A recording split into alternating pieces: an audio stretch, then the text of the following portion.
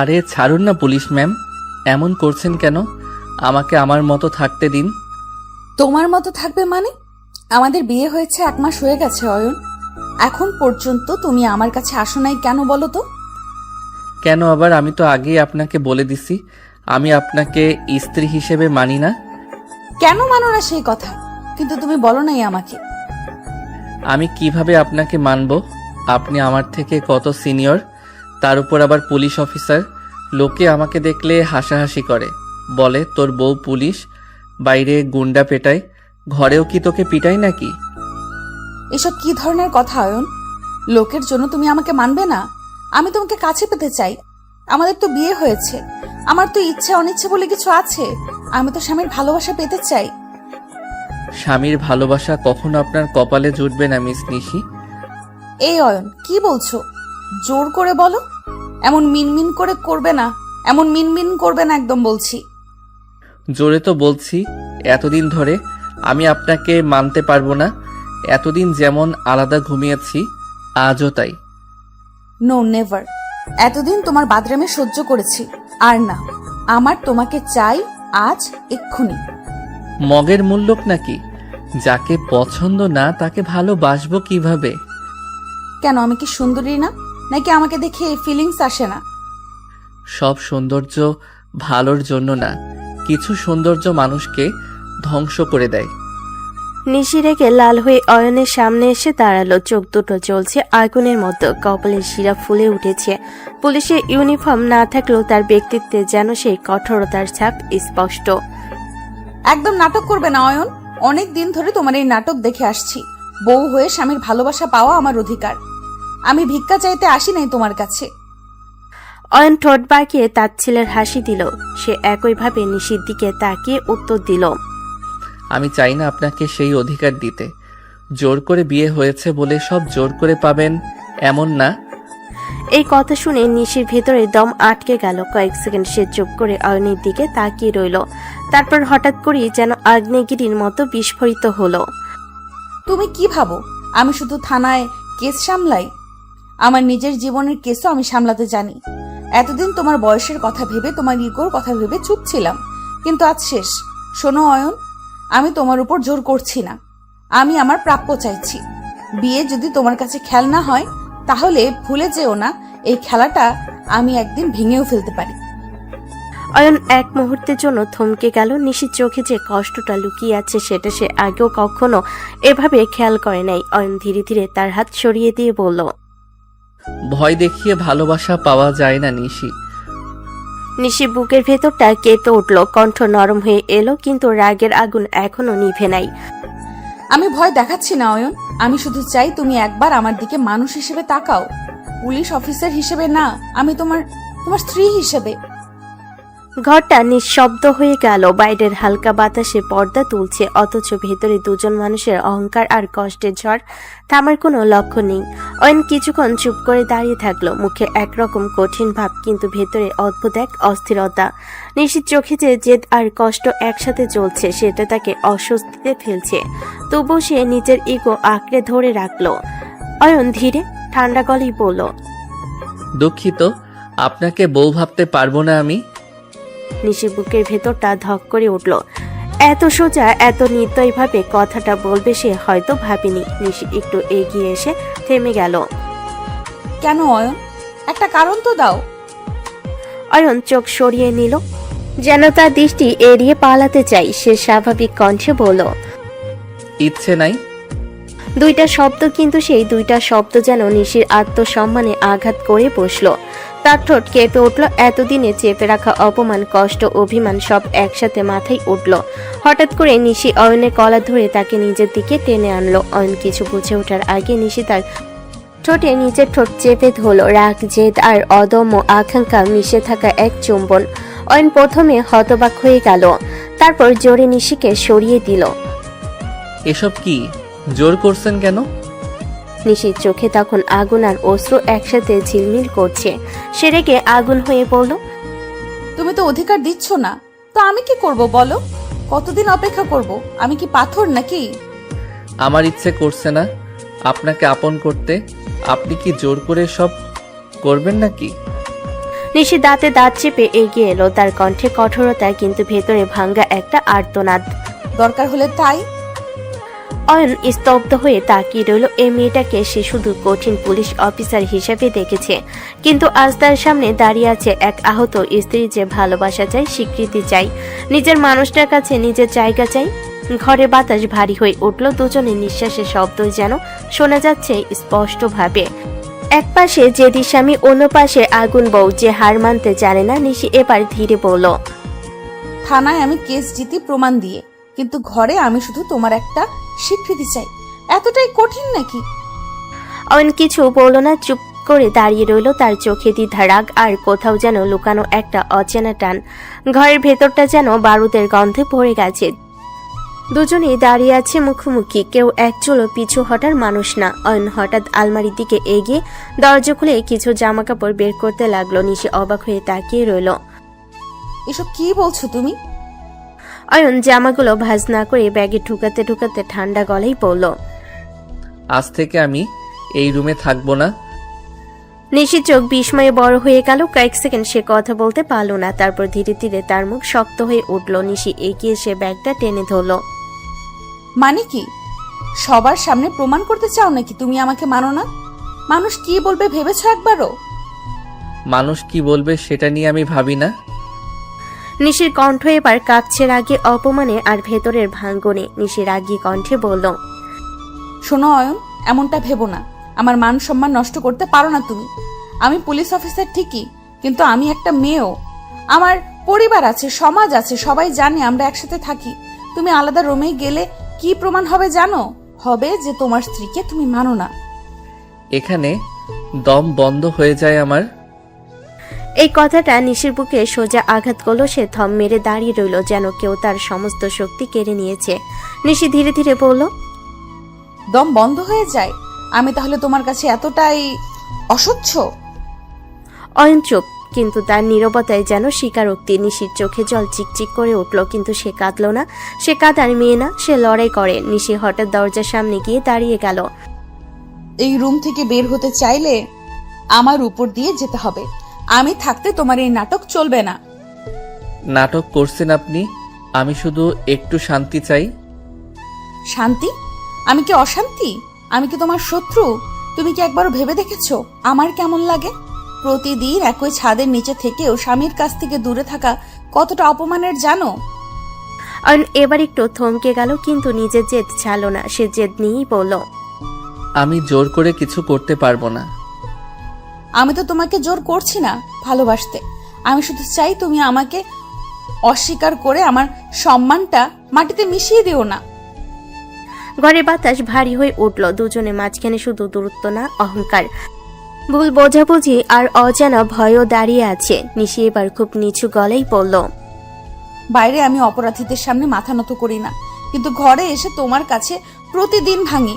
আর কত ভাঙবো অয়ন? অয়ন দরজার দিকে তাকিয়ে রইল। এক পা এগুলো আবার থেমে গেল। দরজার সামনে দাঁড়িয়ে নিশি, চোখে আগুন, বুকের ভেতর ঝড়। অয়ন এক পা এগিয়ে আবার থেমে গেল। দুজনের মাঝখানে অদৃশ্য একটা দেওয়াল, যেটা কেউ ভাঙতে পারছে না। অয়ন হঠাৎ বিরক্ত গলেই বলে উঠল, ঠিক আছে, যাব না, আমি এই রুমেই থাকবো, কিন্তু আমাকে ডিস্টার্ব করবেন না প্লিজ। ডিস্টার্ব? আমি তোমার স্ত্রী, আমি ডিস্টার্ব? এতটা অপছন্দ যদি করো আমাকে, তাহলে বিয়ে করলে কেন? অয়ন মুখ ঘুরিয়ে জানালার দিকে তাকালো। চোয়াল শক্ত, অনেকদিনে জমে থাকা রাগ যেন বেরিয়ে আসার পথ খুঁজছে। আমি চাইনি বিয়ে করতে, বাবা জোর করে দিয়েছে। বলেছে মেয়েটা ভালো, সম্মানিত, ভবিষ্যৎ সিকিওর। আমার মতামতের কোনো দামই ছিল না। তাহলে এতদিন চুপ ছিলে কেন? বিয়ের দিনই না করলেই পারতে। কারণ আমি কাপুরুষ, বাবার সামনে দাঁড়িয়ে না বলতে পারিনি, আর সেই দুর্বলতার ফল এখন ভুগছি। নিশি স্তব্ধ হয়ে গেল। এমন স্বীকারোক্তি সে আশা করেনি। অয়ন দাঁত চেপে বলল, আমার জীবনের সবচেয়ে বড় ভুল আপনাকে বিয়ে করা। কথাটা যেন বজ্রপাতের মতো আঘাত করলো নিশির উপর। তার মুখের রং বদলে গেল, ঠোঁট কাঁপছে, কিন্তু চোখের জল ফেলবে না। এই জেদ এখনো আছে। নিশি খুব ধীরে কাঁপা গলেই বলল, আমি তাহলে তোমার ভুল? একটা মানুষ ভুল হতে পারে অয়ন? অয়ন চুপ, কিন্তু তার নীরবতায় যেন আবারও ছুরি হয়ে বিঁধল। নিশি হালকা হেসে ফেলল একটা তিক্ত ভাঙ্গা হাসি। বাহ, থানায় অপরাধীরা আমার সামনে কাঁপে, আর ঘরে এসে আমি নিজের স্বামীর কাছে ভুল হয়ে যাই। ঘরে বাতাস ঠান্ডা হয়ে গেল, যেন শীত নেমে এসেছে হঠাৎ। নিশি এবার আর রাগ দেখালো না, তার কণ্ঠে অদ্ভুত শান্তি, যেটা ঝড়ের আগের নিস্তব্ধতার মতো। শোনো অয়ন, তুমি আমাকে ভুল ভাবতে পারো, কিন্তু মনে রেখো এই ভুলটা তোমার জীবনে এমন ভাবে জড়িয়ে যাবে, চাইলেও একদিন আলাদা করতে পারবে না। অয়ন চোখ নামিয়ে নিল, তার বুকের ভেতরে কেমন একটা চাপা ব্যথা, কিন্তু কেউ কারোর সামনে দুর্বল হবে না, এই অহংকার দুজনকে পুড়িয়ে দিচ্ছে। নিশি ধীরে বিছানার এক পাশে গিয়ে বসে পড়ল। অয়ন অন্য পাশে দাঁড়িয়ে রইল, একই ঘর একই ছাদ, তবুও দুজনের মাঝে হাজার মাইল দূরত্ব। এই বিয়ে কি সত্যি ভুল, নাকি ভুল বোঝাবুঝি শুরু মাত্র? রাত অনেক হয়ে গেছে, ঘরের আলো নিভে গেছে, শুধু জানালার ফাঁক দিয়ে আসা চাঁদের আলো। বিছানার এক পাশে পড়ে আছে অয়ন, বিছানার একদম কিনারায় শুয়ে আছে নিশি, অন্য পাশে। মাঝখানে ফাঁকা জায়গা, যেন তাদের সম্পর্কের প্রতিচ্ছবি। হঠাৎ অয়ন উঠে বসে একটা কোলবালিশ এনে ঠিক মাঝখানে রাখলো, তারপর গম্ভীর গলায় পড়ল, এই পাশে আসবেন না, এই লাইনটা ক্রস করবেন না প্লিজ। নিশি বালিশটার দিকে তাকিয়ে রইল কিছুক্ষণ, চোখের কষ্টের ছাপ স্পষ্ট, কিন্তু ঠোঁটে হালকা চ্যালেঞ্জের হাসি। দেখবো এই দূরত্ব কতদিন থাকে। অয়ন আর কোনো কথা বলল না, মুখ ফিরিয়ে শুয়ে পড়ল। দুজনে পিঠ দুদিকে একই বিছানা, অথচ মাঝখানে একটা কোলবালিশ, যেন এটার দেওয়াল হয়ে দাঁড়িয়ে আছে। কিছুক্ষণ পর ঘরে শুধু দুজনে নিঃশ্বাসের শব্দ শোনা গেল। বাইরে রাত গভীর হলো, কেউ কারোর দিকে তাকালো না, কেউ কিছু বলল না, শুধু দুজনেই জানে কেউ আসলে ঘুমাতে পারছে না সহজে। তবুও ক্লান্তি জিতে গেল, দুজনে একসময় ঘুমিয়ে পড়ল। ভোরের আলো জানালা দিয়ে ঢুকতে নিশি ঘুম ভাঙল। সে ধীরে উঠে বসলো, পাশে তাকিয়ে দেখলো অয়ন গভীর ঘুমে, মুখে এখন আর সেই রাগ নেই, শান্ত নিরীহ একটা ছেলের মতো লাগছে। নিশি কিছুক্ষণ চুপ করে তাকিয়ে রইল, হাত বাড়িয়ে ছুতে গিয়েও থেমে গেল, তারপর ধীরে ধীরে উঠে প্রস্তুত হতে লাগলো। ইউনিফর্ম পরে আয়নার সামনে দাঁড়ালো আবার সেই কঠিন দৃঢ় পুলিশ অফিসার নিশি, যেন রাতের ভাঙ্গা মেয়েটা কোথাও লুকিয়ে গেছে। নিচে নামতেই অয়নের মা রান্নাঘর থেকে বেরিয়ে এলেন। নিশি, আজ এত সকালে যাচ্ছ কেন মা? মা, আজ একটা বড় কেস দেখতে হবে, থানায় থেকে ফোন এসেছিল, তাই একটু তাড়াতাড়ি বের হচ্ছি। সারা রাত ঠিক মতো ঘুমিয়েছো তো? মুখটা কেমন শুকনো লাগছে। ঘুমিয়েছি মা, আপনি চিন্তা করবেন না। কিছু খেয়ে যাও মা, খালি পেটে বের হওয়া ঠিক না। ঠিক আছে মা, একটু চা আর টোস্ট দিলেই হবে। মা ব্যস্ত হয়ে গেলেন। নিশি ডাইনিং টেবিলে বসে রইল, তার চোখে হালকা ক্লান্তি, কিন্তু মুখে কঠিন পেশাদার ভাব। উপরের ঘরে এখনো অয়ন ঘুমিয়ে, সে জানে না এই ভোরবেলা তার স্ত্রী আবার নিজের যুদ্ধের ময়দানে যাচ্ছে, বাইরে সমাজের বিরুদ্ধে লড়ে, আর ঘরে নিজের স্বামীর অবহেলার বিরুদ্ধে। নিশি চা শেষ করে উঠে দাঁড়ালো, বের হওয়ার আগে একবার উপরে সিঁড়ির দিকে তাকালো, তারপর নিঃশব্দে দরজা পেরিয়ে চলে গেল। এই দূরত্ব কি আরো বাড়বে, নাকি কোনো অঘটন তাদের কাছে টেনে আনবে? সকালবেলা রোদ তখন পুরোপুরি ওঠেনি। থানার সামনে পুলিশ ভ্যান, কয়েকজন কনস্টেবল টহল শেষে ফিরছে। পরিবেশে এক ধরনের ব্যস্ততা, দায়িত্ব আর চাপা উত্তেজনা। নিশির গাড়ি থানার সামনে এসে থামতে গার্ড সোজা হয়ে দাঁড়িয়ে গেল। সালাম ম্যাডাম। নিশি দৃঢ় পায়ে গাড়ি থেকে নামলো। ইউনিফর্মে সে যেন সম্পূর্ণ অন্য মানুষ, চোখে কঠোরতা, ভঙ্গিতে আত্মবিশ্বাস, কণ্ঠে কৃতিত্ব। এক এক করে সবাই সালাম দিতে লাগলো, সবাই একসাথে। Salute madam. Morning, report ready আছে? একজন সাব ইন্সপেক্টর তাড়াহুড়ো করে এগিয়ে এলো, হাতে ফাইল। সে বলল, ম্যাডাম, আজ ভোরে একটা বড় কেস এসেছে। শহরের বাইপাস রোডে একটা অপহরণের অভিযোগ। ডিটেলস বলুন। সবাই মিটিং রুমে ঢুকলো। বড় টেবিলের চারপাশে অফিসাররা বসে পড়ল। নিশি টেবিলে মাথায় দাঁড়িয়ে রইল, সাব ইন্সপেক্টরের ফাইল খুলে বলতে শুরু করলো। ম্যাডাম, ভোর 4টার দিকে এক ব্যবসায়িক ছেলে বাসা থেকে বের হয়, এরপর থেকেই নিখোঁজ। পরিবার বলেছে অজ্ঞাত নাম্বার থেকে ফোন এসেছে, মোটা অঙ্কের মুক্তিপণ দাবি করেছে। নিশি মন দিয়ে সব শুনছে, চোখে ফাইলে, কিন্তু মাথার ভেতর দ্রুত হিসাব চলছে। লোকেশন ট্রেস করা গেছে? ম্যাডাম, নাম্বারটা ট্র্যাক করার জন্য চেষ্টা চলছে, তবে কলটা ছিল খুব শর্ট, লোকেশন ফিক্স করা কঠিন হচ্ছে। সিসিটিভি ফুটেজ চেক করেছেন? হ্যাঁ ম্যাডাম, বাসার সামনে একটা ক্যামেরা আছে, একটা কালো ভ্যান দেখা গেছে, কিন্তু নাম্বার প্লেট পরিষ্কার না। ঠিক আছে, টিম ভাগ করে দিন। একদল পরিবারকে প্রোটেকশন দেবে, আর একদল বাইপাস রুটের সব সিসিটিভি সংগ্রহ করবে। অপহরণকারীরা ভুল করবেই। আমাদের সেই ভুলটাই ধরতে হবে। একটা জীবন ঝুঁকিতে আছে, কোনো গাফিলতি চাই না। আমি নিজে এই কেস লিড করব। জি ম্যাডাম। এই মুহূর্তে সে শুধু একজন স্ত্রী না, সে একজন দায়িত্বশীল অফিসার যে নিজের ব্যক্তিগত কষ্ট বুকের ভেতর লুকিয়ে রেখে অন্যের জীবনের জন্য লড়তে জানে। মিটিং রুমের ভেতরে চাপা উত্তেজনা, টেবিলের উপর ছড়িয়ে থাকা ম্যাপ, প্রিন্ট করা সিসিটিভি ছবি, মোবাইল কল লিস্ট, সবকিছু যেন একসাথে চিৎকার বলছে সময় কম। নিশি দাঁড়িয়ে আছে টেবিলের সামনে, তার চোখে এখন আর কোনো ব্যক্তিগত কষ্টের ছাপ নেই। সে সম্পূর্ণ অফিসার, কঠিন, মনোযোগী, দৃঢ়। আমরা ধরে নিচ্ছি অপহরণকারীরা খুব বেশি দূরে যায়নি। ভোরের সময় ট্রাফিক কম ছিল। কালো ভ্যানটা বাইপাস থেকে ইন্ডাস্ট্রিয়াল এরিয়ার দিকে ঢুকেছে। এই রুটটাই সবচেয়ে সম্ভাব্য। একজন অফিসার ম্যাপের উপর আঙ্গুল রাখলো, তারপর স্বাভাবিক কণ্ঠে বলল, ম্যাডাম, এখানে কয়েকটা পরিত্যক্ত গোদাম আছে। আগেও ছোটখাটো অপরাধীরা এই জায়গায় ব্যবহার করেছে। ঠিক আছে, টিম আলফা ওই গুদামগুলো ঘিরে ফেলবে, কিন্তু কোনো তাড়াহুড়ো করবেন না। ছেলেটার জীবন আগে। ম্যাডাম, অপহরণকারীরা যদি বুঝে যায় পুলিশ নড়ে চড়ে বসেছে, তারা ক্ষতি করে দিতে পারে। তাই আমরা সরাসরি অ্যাকশন নেব না, আগে লোকেশন কনফার্ম করি। Tech team call tracing focus করবে, আর পরিবারকে বলবেন শান্ত থাকতে, মিডিয়াতে কিছু যেন না যায়। মনে রাখবেন, আমরা শুধু একটা কেস না, একটা পরিবারের আশা বাঁচাতে কাজ করছি। দুপুরের দিকে খবর এলো কলটা ইন্ডাস্ট্রিয়াল জোনের কাছাকাছি একটা টাওয়ার থেকে করা হয়েছিল। নিশি দ্রুত গাড়িতে উঠে পড়ল। সবাই প্রস্তুত? আমরা লোকেশন চেক করতে যাচ্ছি। গাড়ির সাইরেন বেজে উঠল, বাতাস কেটে এগিয়ে চলল পুলিশ ভ্যান। ইন্ডাস্ট্রিয়াল এলাকার কাছে পৌঁছাতে পরিবেশ বদলে গেল। পরিত্যক্ত গুদাম, ভাঙ্গা দেওয়াল, চারিদিকে নির্জনতা। নিশি হাত তুলে ইশারা করল, সাবধান, চারদিক ঘিরে ফেলুন, কেউ পালাতে পারবে না। দুজন কনস্টেবল ধীরে ধীরে একটা গুদামে দরজার কাছে এগিয়ে গেল। ভেতর থেকে ক্ষীণ শব্দ আসছে। নিশির বুকের ভেতর ধকধক করছে, কিন্তু মুখে কোনো ভয় নেই। নিশি ফিসফিস করে বলল, দরজা ভাঙার প্রস্তুতি নিন, আমার সিগন্যালের অপেক্ষা করুন। 1, 2, 3 দরজা ভেঙে পুলিশ ঢুকে পড়ল। ভেতরে দুজন সন্দেহভাজন পালানোর চেষ্টা করছিল, আর কোণের দিকে বাঁধা অবস্থায় বসে আছে ছেলেটা, চোখে ভয়, মুখে কাপড় বাঁধা। নিশি দ্রুত এগিয়ে গিয়ে ছেলেটার মুখের কাপড় খুলে দিল। নিশি নরম গলায় বলল, ভয় পেও না, আমরা এসেছি। ছেলেটার চোখে জল এলো। পেছনে কনস্টেবলরা দুজন অপহরণকারীকে ধরে ফেলেছে।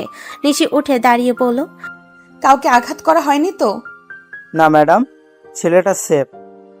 নিশির মুখে এক ফোঁটা স্বস্তির হাসি ফুটে উঠল। আজ সে একটা জীবন বাঁচালো, একটা পরিবারকে ফিরিয়ে দিল তাদের আশা। কিন্তু নিজের ঘরের ভেতর যে দূরত্ব, সেটা কে কমাবে? গাড়ি ফিরে চলল থানার দিকে। নিশির চোখ জানালার বাইরে, মনে অদ্ভুত এক শূন্যতা। একদিকে সফল অফিসার, অন্যদিকে ব্যর্থ স্ত্রী।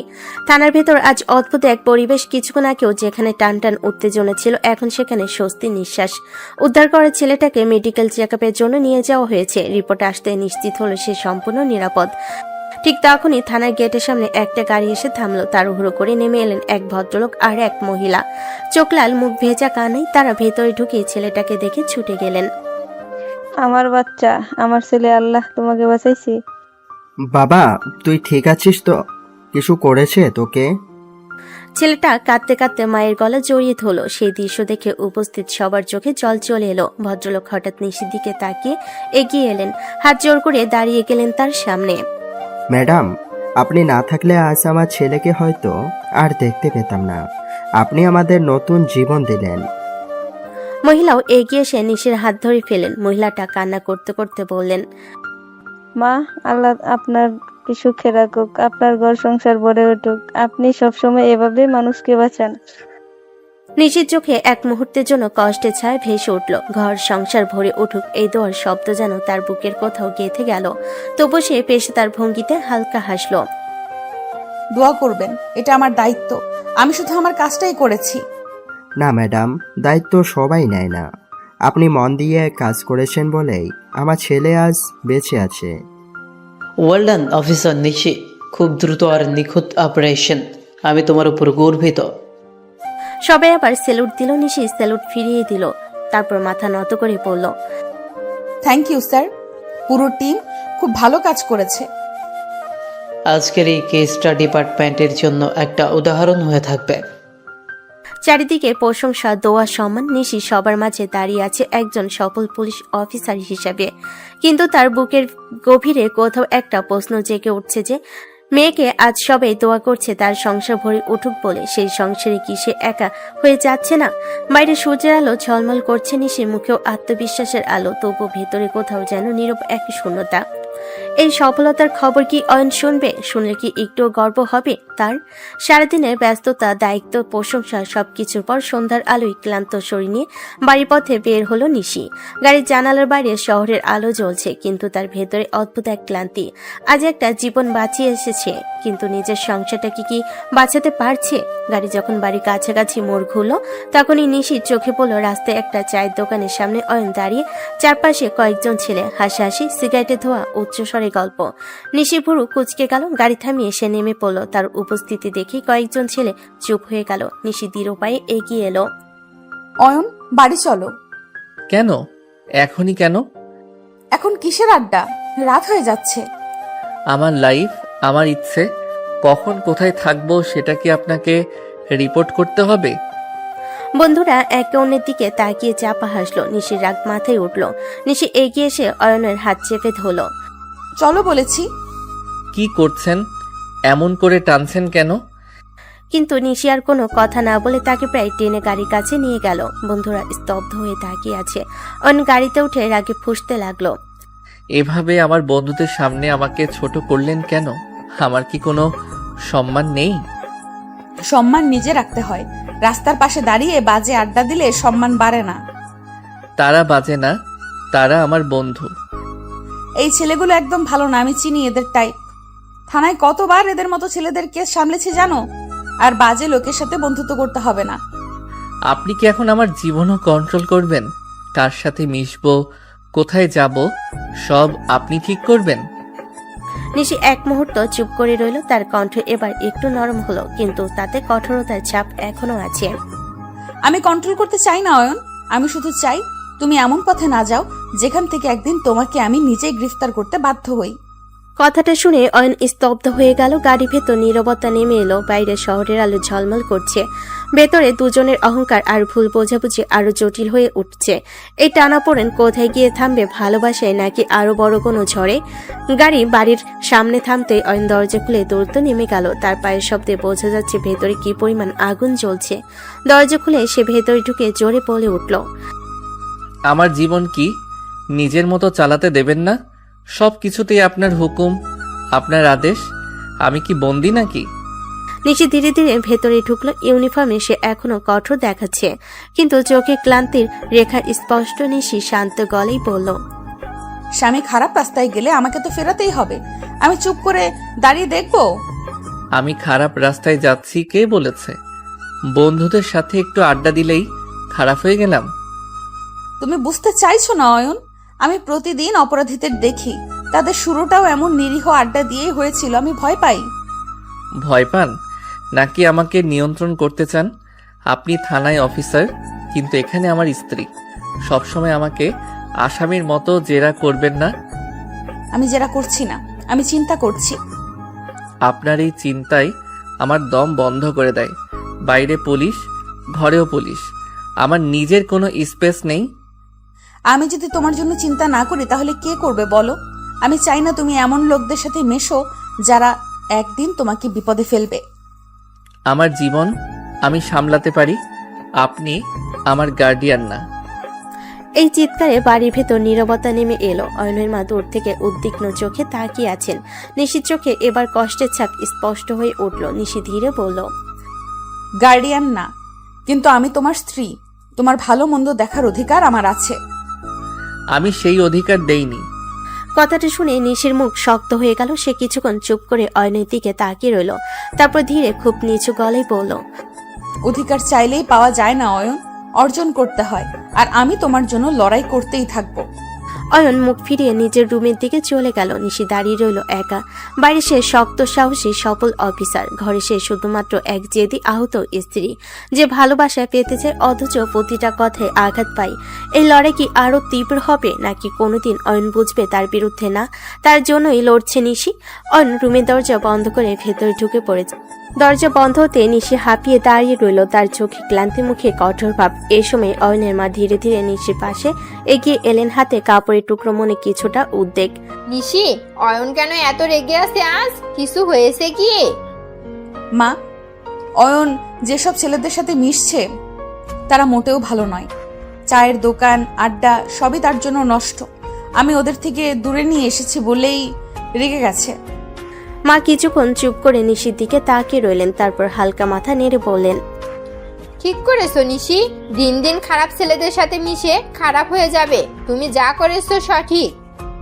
মা, আমি শুধু চাই তার জীবন সঠিক পথে চলুক। ঘরের বাইরে এই ছেলেগুলোও বিপদ। তোমার কথাই ঠিক, কিন্তু মনে রাখো, অহেতুক রাগে অনেক বেশি তাড়াহুড়ো করো না। ওর মানসিকতা কিছুটা সময় নেবে। বুঝেছি মা, আমি শুধু ওর জন্য চিন্তা করছি। কখনো নিজের রাগকে পথে বাধা হতে দেইনি। তাই তো, তুমি একদম ঠিক করেছো। কিছুদিনের মধ্যে ও বুঝে যাবে কে তার জন্য ভালো। নিশি চুপচাপ তাকিয়ে রইল, মনে মনে ঠিক করলো আজকের রাগ, আজকের তর্ক সবই অয়নের ভালোর জন্য। একটি দায়িত্ব, এক আত্মবিশ্বাস, যে কোনো বিপদ থেকে অয়নকে রক্ষা করা। রাতের আলো ধীরে ধীরে নিশি ক্লান্তি ভুলে রুমে ঢুকলো। দরজা খুলতে চোখে পড়ল অয়ন শুয়ে নেই, বসে আছে, হাতে সিগারেট ধোয়া ঘরে ছড়িয়ে গেছে। নিশির মেজাজ মুহূর্তেই গরম হয়ে উঠল, চোখে আগুন, গলায় তীব্রতা। অয়ন, বাজে ছেলেদের সাথে মিশে এসব কি শিখছো? সিগারেট খাওয়া? তাতে আপনার কি সমস্যা? আমি তো বড় মানুষ, নিজের ইচ্ছা মতো করি। অবশ্যই আমার সমস্যা। তুমি জানো কত ক্ষতি করে এসব? ফুসফুস, স্বাস্থ্যে বিপদ। আর এই ঘরের ভেতর। অয়ন সিগারেটের ধোয়া নিঃশ্বাসে বাইরে ছাড়তে ছাড়তে কাজ ঝাঁকালো। আমি কিছুতেই ছাড়বো না। এটা আমার বিষয়, আমার ইচ্ছা। কিছুতেই না। এই ঘরে এসব খাবে না, এক্ষুনি ফেলে দাও। এমন করে জোর করছেন যেন আমার উপর চাপ দিচ্ছেন। নিশির চোখে রাগ আরো বেড়ে গেল। সে হাত বাড়িয়ে অয়নকে ধাক্কা দিয়ে চেয়ার থেকে দাঁড় করালো। আমি জোর করব যদি বুঝতে না চাও? বাজে ছেলেদের মতো মিথ্যা স্বাধীনতা দেখিয়ে আমার সামনে শিকার হয়ে যাবে না। অয়ন রাগে চিৎকার করতে চাইল, কিন্তু নিশি দৃঢ় দৃষ্টির মুখোমুখি হয়ে চুপ হয়ে গেল। নিশি আরো কাছে এগিয়ে এলো, কণ্ঠে তীক্ষ্ণতা, চোখে জোরে আগুন। যদি নিজের জীবন বাঁচাতে চাও, সিগারেট খাওয়া এখনই শেষ। অন্য ঘরে গেলে বা বাইরে গেলে নিজের ইচ্ছায় খাওয়ার অধিকার থাকবে। এখানে আমি সিদ্ধান্ত নিই। অয়ন মুখ ঘুরিয়ে চুপ করে রইল। ঘরের ভেতর শূন্যতা, শুধু দুজনের নিঃশ্বাস আর রাগ আর তীব্রতা। রুমের বাতাস ভারী, ধোঁয়া এখনো অর্ধেক উঠেছে বাতাসে। নিশির চোখ আগুনের মতো জ্বলছে, আর অয়ন চুপচাপ কিন্তু রাগে ফুঁসছে।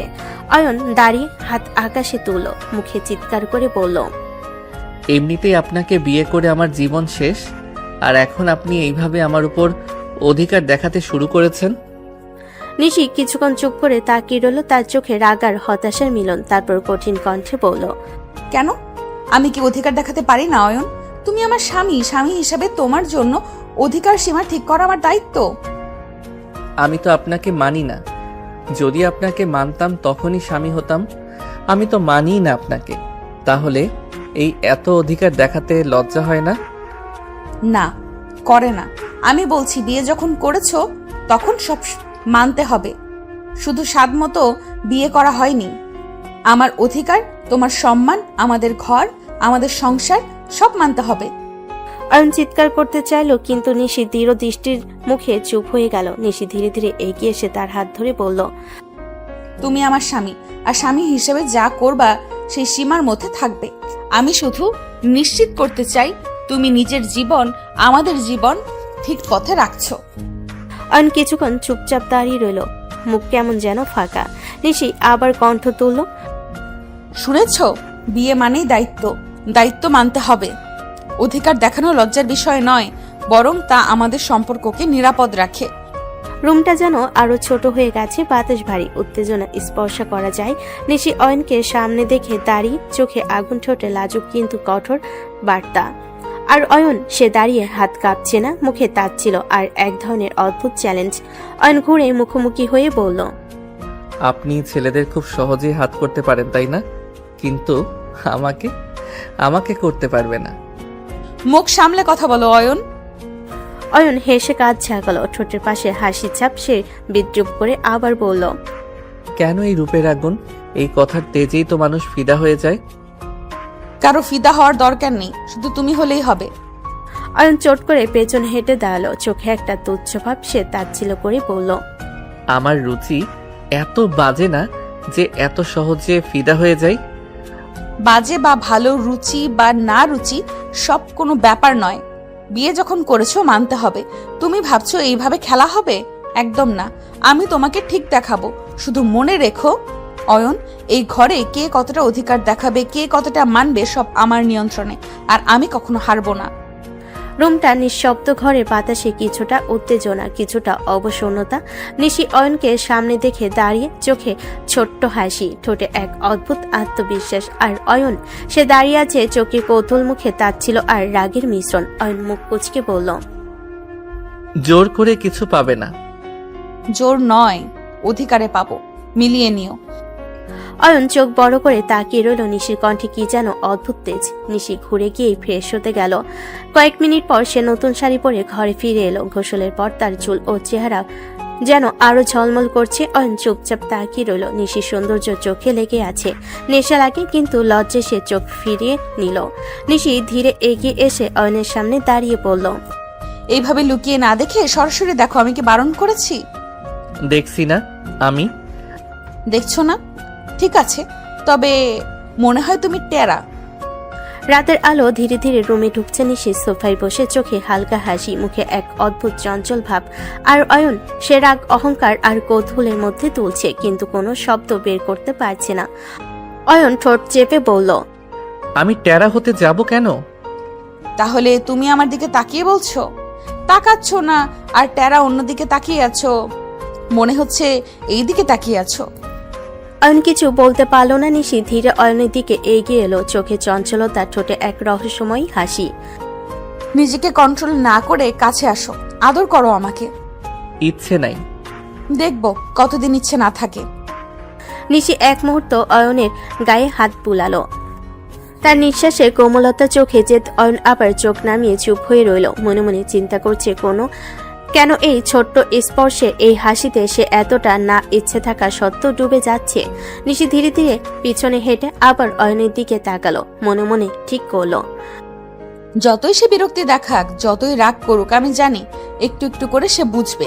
জোর করে সব আটকানো যায় না।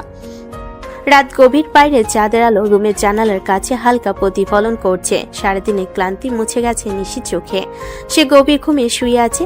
শাড়ি ভিজে কিংবা অগোছালো নয়, শুধু সোজা হয়ে শুয়ে আছে, আর হালকা ঢেউ খেলানো চুল তার কপালে পড়ে। অয়ন বেলকনিতে বসে বন্ধুদের সাথে হালকা আড্ডা দিচ্ছে, কিন্তু চোখ তার বারবার ঘরের দিকে ফিরে আসে।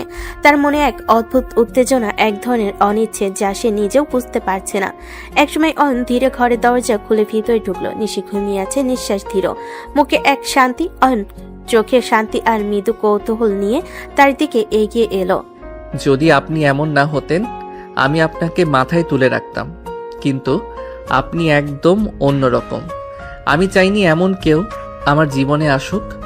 অয়ন ধীরে নিশির চুল সামলে মুখের ওপর থেকে সরিয়ে দিল। নিশি হালকা কেঁপে উঠল, নিঃশ্বাস কিছুটা অস্থির, কিন্তু ঘুমে। অয়ন, ঘুমের মধ্যে এতই কোমল, এতটা ভিন্ন, আর আমি নিজেকে থামাতে পারছি না। নিশি ঘুমের মধ্যে অয়নকে সামান্য টেনে নিল, যেন তার পাশে থাকতে চায়। অয়ন চুপ করে রইল। সে বুঝতে পারছে নিশির এই ছোট্ট আচরণও তার জন্য বড় বার্তা। অয়ন ধীরে নিশির দিকে এগিয়ে এসে তার হাত ধরল। নিশি চোখ বন্ধ রেখে তার নিঃশ্বাসের ছন্দ মেনে চলে। অয়ন শান্ত হয়ে বসে রইল। অয়ন আস্তে করে নিশির ঠোঁটে চুমু দিল, তারপর কোনো কিছু না করে পাশ ফিরে শুয়ে পড়ল। রাত গভীর, ঘরের আলো নরম। নিশি ক্লান্ত, সারাদিনে কাজের পর শুয়ে পড়েছে, কিন্তু হঠাৎ তার ফোন বাজলো। স্ক্রিনে লেখা কল। চোখ খুলে সে ফোন ধরল। হ্যাঁ ঠিক আছে, আমি এক্ষুনি চলে আসছি। এই মুহূর্তে ঘুম ভেঙে অয়ন বসে গেল। চোখ বড়, চুল উচকানো, মুখে তুচ্ছ রাগ আর উদ্বেগের ছাপ। কই যাবেন এত রাতে? কোথাও ঝামেলা হয়েছে, আমাকে এক্ষুনি যেতে হবে। এত রাতে একা? হ্যাঁ, একা হলেও যেতে হবে। এতে কি সমস্যা? আমার আবার কি সমস্যা? আমি না থাকলেই তো তোমার ভালো। ঘর নীরব হয়ে গেল। অয়ন কিছু বলল না। নিশি দৃঢ়তা, সাহস এবং দায়িত্ববোধ যেন তাকে স্তব্ধ করে দিয়েছে। নিশি দ্রুত রেডি হতে লাগলো। ড্রেস পরে জুতা পরল। নিজের রূপে শান্ত কিন্তু চোখে অদ্ভুত জেদ। অয়ন ধীরে এগিয়ে এসে বলল, আমি নিয়ে যাই। দরকার নেই। যাকে স্ত্রী মানো না তার জন্য আমার কষ্ট করার দরকার নেই। রাত গভীর, বাতাসে হালকা শীতলতা, শহরের লাইটগুলো দূরে ঝলমল করছে। নিশি বাইরের ঝামেলার খবর পেয়ে দ্রুত রেডি হয়ে বেরোতে যাচ্ছে। ঘরের ভেতর উত্তেজনা, মান অভিমান আর ছোট্ট ঝগড়া এখনো স্পর্শ করা যায়।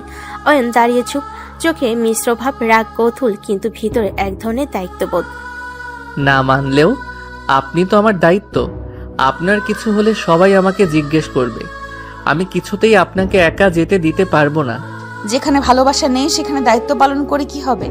আমি কাজের জন্য যাচ্ছি, আর যে দায়িত্ব নেওয়া উচিত তার নিজের মতোই পালন করব। এই বলে নিশি দ্রুত ঘর থেকে বেরিয়ে যায়। রাস্তায় হালকা বাতাস, বাইকের শব্দ দূরে শুনতে পাওয়া যায়। অয়ন চুপচাপ কিছুক্ষণ দাঁড়িয়ে রইল, মনে মনে বলল, এত জেদ কেন? এত শক্ত, এত দৃঢ়। আমি কি কখনো এত সাহসী হইতে পারবো? সে কিছুক্ষণের মধ্যেই বাইকের শব্দ শুনল। বাইরে বেরিয়ে তাকালো, কিন্তু নিশিকে কোনো চিহ্ন দেখা যায় না। অয়ন হালকা নিঃশ্বাস নিল। নিজের মনে ভাবল, এত রাতেও একা যেতে পারবে না সে। আমি পিছন পিছন যাব। অয়ন বাইক নিয়ে রাস্তায় নামলো। নিশি বুঝতে পারছে না যে তার পিছনে কেউ আছে, কিন্তু অয়ন নিজের ভিতরে জানে নিশিকে একদম একা যেতে দিতে পারবে না। রাতের অন্ধকারে শহরের আলো দুজনকে আলাদা হলো একই উদ্দেশ্যে নিয়ে যাচ্ছে। একজন দায়িত্ববোধে, একজন জেদ আর সাহসে পূর্ণ। রাত গভীর, থানার আলো হালকা ঝলমল করছে। নিশি থানা দরজা খুলে ঢুকতেই সবাই তাকে সালাম দিল। কেউ মৃদু হেসে বলল, ম্যাম, এত রাতেও কেসের জন্য ফোন আসলো? ঠিক আছে, কি পরিস্থিতি? নতুন কেস নিয়ে অফিসার শুরু করলো বিস্তারিত বর্ণনা। একটি ছেলেকে অজানা কারোর অপহরণ করেছে। পরিবার দুশ্চিন্তায়, তারা ঠিক কোথায় আছে, কোন এলাকায় সন্দেহ, তবে সব তথ্য দিতে লাগলো। নিশি মন দিয়ে শুনেছে, চোখে জিজ্ঞাসা আর মুখে পরিকল্পনা। আমরা ধীরে ধীরে ব্যবস্থা নেব, কেউ ভয় পাবে না, আমি আছি। সারা থানা কক্ষে অদ্ভুত চাপ, উত্তেজনা, দায়িত্ববোধ সব মিলেমিশে ফুটে উঠেছে। পুলিশ সদস্যরা সক্রিয়, কিন্তু নিশের উপস্থিতি যেন তাদের শক্তি আরো বৃদ্ধি করছে। এর মধ্যে বাইরের অন্ধকারে গাছের ছায়ার নিচে দাঁড়িয়ে আছে অয়ন। তার চোখ শুধু নিশির দিকে। সে জানে নিশি যতই সাহসী, কতই না দৃঢ়, কিন্তু রাতের এত অন্ধকারে একা ছেড়ে দেওয়া তার পক্ষে অসম্ভব। থানার কেসরুমে উত্তেজনা, ল্যাম্পের আলো ঝলমল করছে, কাগজপত্র ছড়িয়ে আছে। নিশি ফাইল ধরে দাঁড়িয়ে, চোখে সতর্কতা, কণ্ঠে দৃঢ়তা। যাকে অপহরণ করা হয়েছে তার বাবা মায়ের নাম্বার সবার ট্র্যাক করো। অপহরণকারীরা টাকার জন্য ফোন দিবে, ওই সময় নাম্বারগুলো ধরতে হবে। কেউ কোনো ভুল করলে চলবে না। পুলিশ সদস্যরা দ্রুত কাজ শুরু করলো। কম্পিউটার স্ক্রিনে নাম্বারগুলো খুঁজছে, হোয়াটসঅ্যাপ কল লগ, সব মনোযোগী নজর। নিশি মনোযোগ দিয়ে পরিস্থিতি পর্যবেক্ষণ করছে। চোখে চিন্তা, ভাবনা, মুখে এক অদ্ভুত চাপ। যেন কারো ক্ষতি না হয়, যেন কোনো ক্ষতি না হয়। কোনো ভুল হলে এই পরিবার পুরোপুরি ভেঙে যাবে। আর বাইরে অয়নের চোখ সতর্ক হলো, হালকা হেসে ভেতরে নিজেকে নিয়ন্ত্রণ করছে। গাছের ছায়ে নিচে বসে হাতের মশার মারতে মারতে বলে, শালার বউ পুলিশ গুন্ডা ধরে, আর আমি এখানে বসে মশা মারি। সে আবার চোখ বোলাতে বোলাতে নিশির দিকে তাকালো। রাতের অন্ধকারে হালকা বাতাস, ঘনিষ্ঠতা নেই, কিন্তু অদ্ভুত এক উত্তেজনা, দায়িত্ব, সাহস আর টানাপোড়েন সব মিলেমিশে। নিশি ফোন, কম্পিউটার আর পুলিশ সদস্যদের উপর নজর রাখছে। বাইরে ছায়ার নিচে বসে আছে, একদিকে উদ্বেগ, অন্যদিকে অভিমান। মনে মনে ভাবছে, আমি ওর জন্য কেন মশার কামড় খাচ্ছি শুধু শুধু? আমি তো ওকে পছন্দ করি না। থানার কেসরুমে উত্তেজনা এতটাই বেড়ে গেছে যে হালকা আলোয় সবকিছু যেন জীবন্ত হয়ে উঠেছে। নিশি ফোনে নজর রাখছে। হঠাৎ বাচ্চার বাবার ফোনে কল আসে, অজানা নম্বর, কণ্ঠে শক্তি আর হুমকি চাপ। সবাই ট্র্যাক নাম্বার করো, যতটা দ্রুত সম্ভব। আমরা সরাসরি চলে যাব, কেউ পালাতে পারবে না। পুলিশ সদস্যরা কম্পিউটারে লাইন ধরে। নিশি নিজ মনোযোগ দিয়ে কল ট্রেস করছে, চোখে সতর্কতা, মুখে এক অদ্ভুত চাপ। কোনো ভুল হলে কেউই নিরাপদ থাকবে না। ধীরে ধীরে নিশি সবাইকে নিয়ে বেরোলো। কল ট্রেস হয়ে গিয়েছে, সঠিক জায়গা চিহ্নিত হয়েছে। তারা বাচ্চার কাছাকাছি চলে যায়। নিশি দ্রুত পরিস্থিতি মূল্যায়ন করে, এক প্রকার তীক্ষ্ণ মনোযোগ নিয়ে অপহরণকারীর মুখোমুখি হয়। ছেলেটি নিরাপদ আছে, এক মুহূর্ত দেরি করা যাবে না। অপহরণকারী কিছুটা আতঙ্কিত হয়ে যায়। নিশি যথাযথ কৌশলে তাকে ধরে রাখে আর বাচ্চাকে বের করে এনে নিরাপদ জায়গায় রাখে। বাচ্চা কাঁদছে, নিশি তার মাথায় হাত বুলিয়ে শান্ত করতে চেষ্টা করছে। পরে তারা দ্রুত থানায় ফিরে আসে। নিশি বাচ্চার বাবা মায়ের হাতে বুঝিয়ে দেয়। পরিস্থিতি পুরোপুরি নিয়ন্ত্রণে এসেছে। বাবা মা কৃতজ্ঞ চোখে নিশির দিকে তাকাচ্ছে, বারবার ধন্যবাদ জানাচ্ছে। বাইরে বের হওয়ার মুহূর্তে নিশির চোখ ঝাপসা করে বাইরে তাকালো। অয়ন দাঁড়িয়ে আছে গাছের ছায়ার নিচে, হালকা হেসে কিন্তু চোখে গম্ভীর ভাব। তুমি এখানে কেন? আপনাকে এত রাতে একা আসতে দিলে মা রাগ করতো তাই। নিশি কিছু বলে না। দুই বাইক পাশাপাশি রাস্তায় এগোতে থাকে। নিশি আর অয়ন একদম আলাদা, একদম মিলিত। শহরের রাতের আলো তাদের পাশে ঝলমল করছে। কিছুক্ষণ পর তারা বাড়ি পৌঁছালো। বাড়ি দরজা খুলতে নিশি এক মুহূর্ত দাঁড়িয়ে রইল। সারাদিনে ক্লান্তি, থানার ঝামেলা, বাচ্চা উদ্ধার করার উত্তেজনা সব মিলে তার শরীর আর মনকে কাঁপাচ্ছে। চোখে ক্লান্তি কিন্তু কণ্ঠে সেই স্বাভাবিক দৃঢ়তা। তোমার কষ্ট করে যাওয়ার দরকার ছিল না অয়ন। আমি তো ভালোবেসে যাইনি, শুধু দায়িত্ব পালন করেছি। এত দায়িত্ব পালন করতে হবে না। আগে মেনে নাও, স্বীকার করো যে তুমি আমার স্বামী, তারপর এসব ভাবো। কখনো মানবো না। তাহলে এসব দায়িত্ব পালন করার দরকার নেই। যেটা করো সেটাই করো, কিন্তু আমার সাথে এসব নাটক করতে এসো না। তুমি চাইলে নিজেকে যেভাবে রাখো, কিন্তু আমি আমার জায়গায় থাকবো। দায়িত্ব পালন করলে ভালো, না করলে আমি বিরক্ত হব না। কিন্তু মনে রেখো, আমি আমার মর্যাদা, স্বাধীনতা কোনো অবস্থাতেই ছাড়বো না। রাতে সব ঝড় থেমে গেছে। মান, অভিমান, দায়িত্ব, জেদ সবকিছু যেন ঘরের আলোয় একটু নরম হয়ে এসেছে। সকালে রোদ জানালার ফাঁক দিয়ে ঘরে ঢুকছে। পাখির ডাক, রান্নাঘর থেকে ভেসে আসা মশলার গন্ধ। ঘরটা আজ অদ্ভুত শান্ত। আজ নিশি ডিউটি নেই। অনেকদিন পর এমন একটা সকাল যেখানে তাকে তাড়াহুড়ো করে ইউনিফর্ম পরতে হচ্ছে না, ফোনের অপেক্ষায় থাকতে হচ্ছে না। নিশি ধীরে ধীরে ঘুম থেকে উঠে আয়নার সামনে দাঁড়ালো।